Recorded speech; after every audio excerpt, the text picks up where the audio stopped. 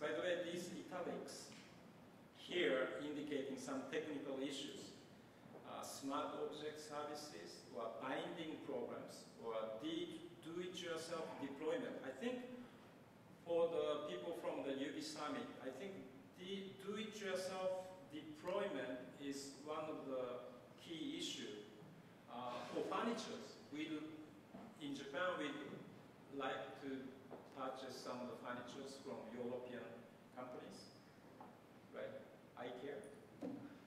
It's not a Finnish company, but it's a Swedish company. But anyway, so there are many furnitures you can create yourself.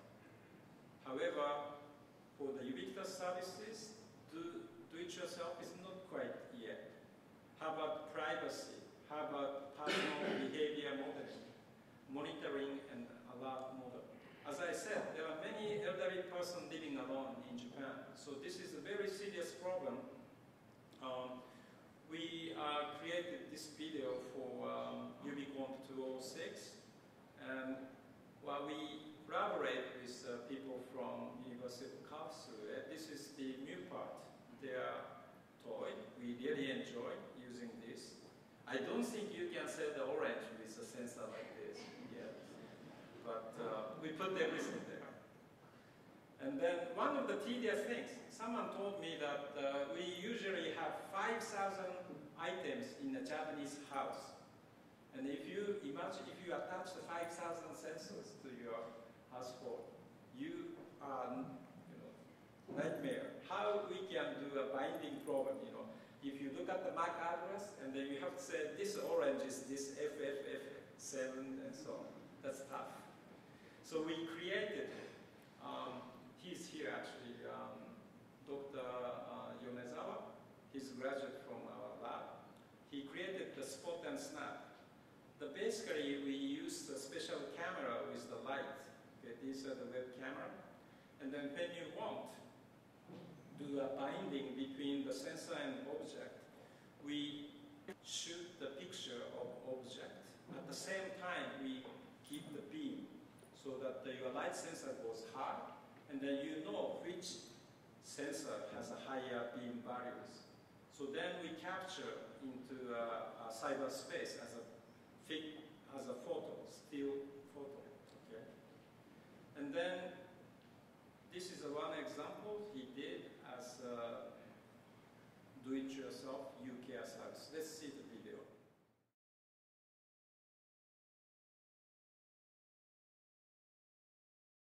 Okay, so let's look at the second case, which is the capturing the customer's behavior in real space, in real time. We did it in Akiba shops. These are the issues: context capturing, real-time marketing analysis, and data mining. This was back in 2007. Again, we were collaborating with the furniture companies, and we created this kind of special display. These are the mobile phone mock-ups. And then the shop owner would like to know which model is most popular, okay, this weekend or whatever. If you pick up the phone more than 4 seconds, you can see the spec of the phone. Okay. And then if you pick up more than 1 second, it will increase the counter for that. By the way, this is a Mikal, friend of mine. He created the new part. We put these things in the figure shop as well. But people who tend to go to the figure shop, they look at the figure, they don't pick it up. So I cannot count which one is popular or not. But anyway, so this is the software we created. These are the real things. Usually the shop owner can look at the POS terminals. When someone purchased the product, you have statistics. But let's say this item is out of stock, but someone is very much interested in, okay? And then looking at the product. And we really would like to know which product was most popular among these displays. Red ones, or black ones, and so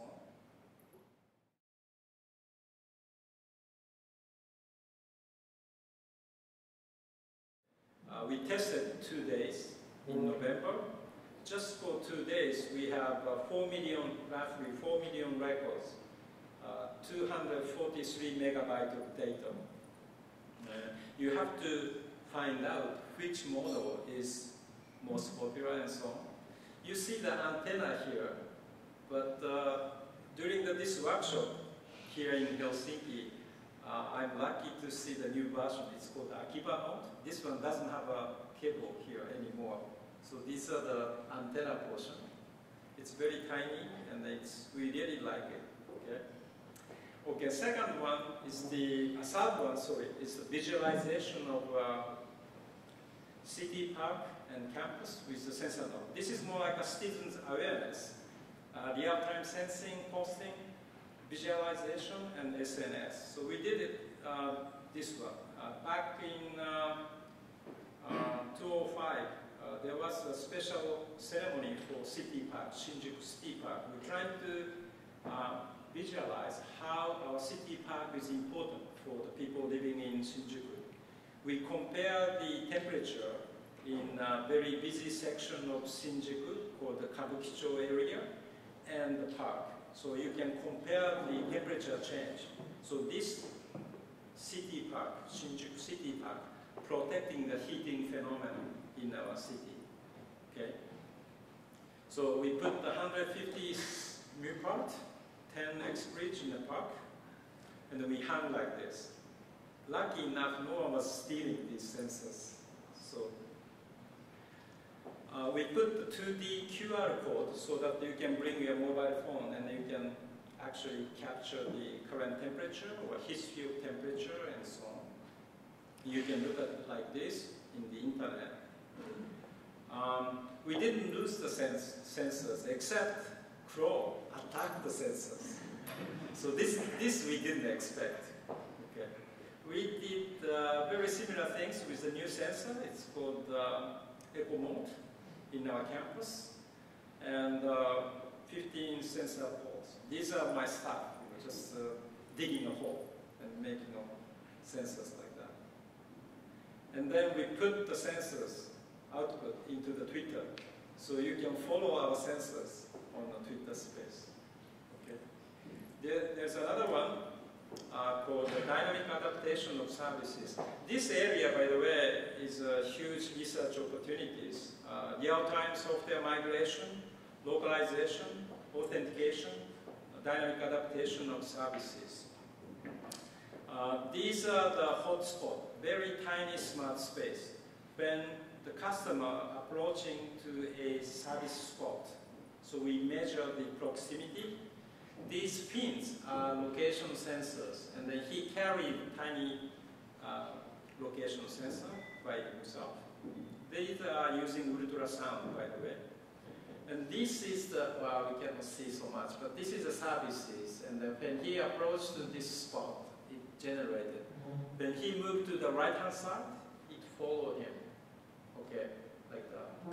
So these are the tiny unit. Okay, we have another case.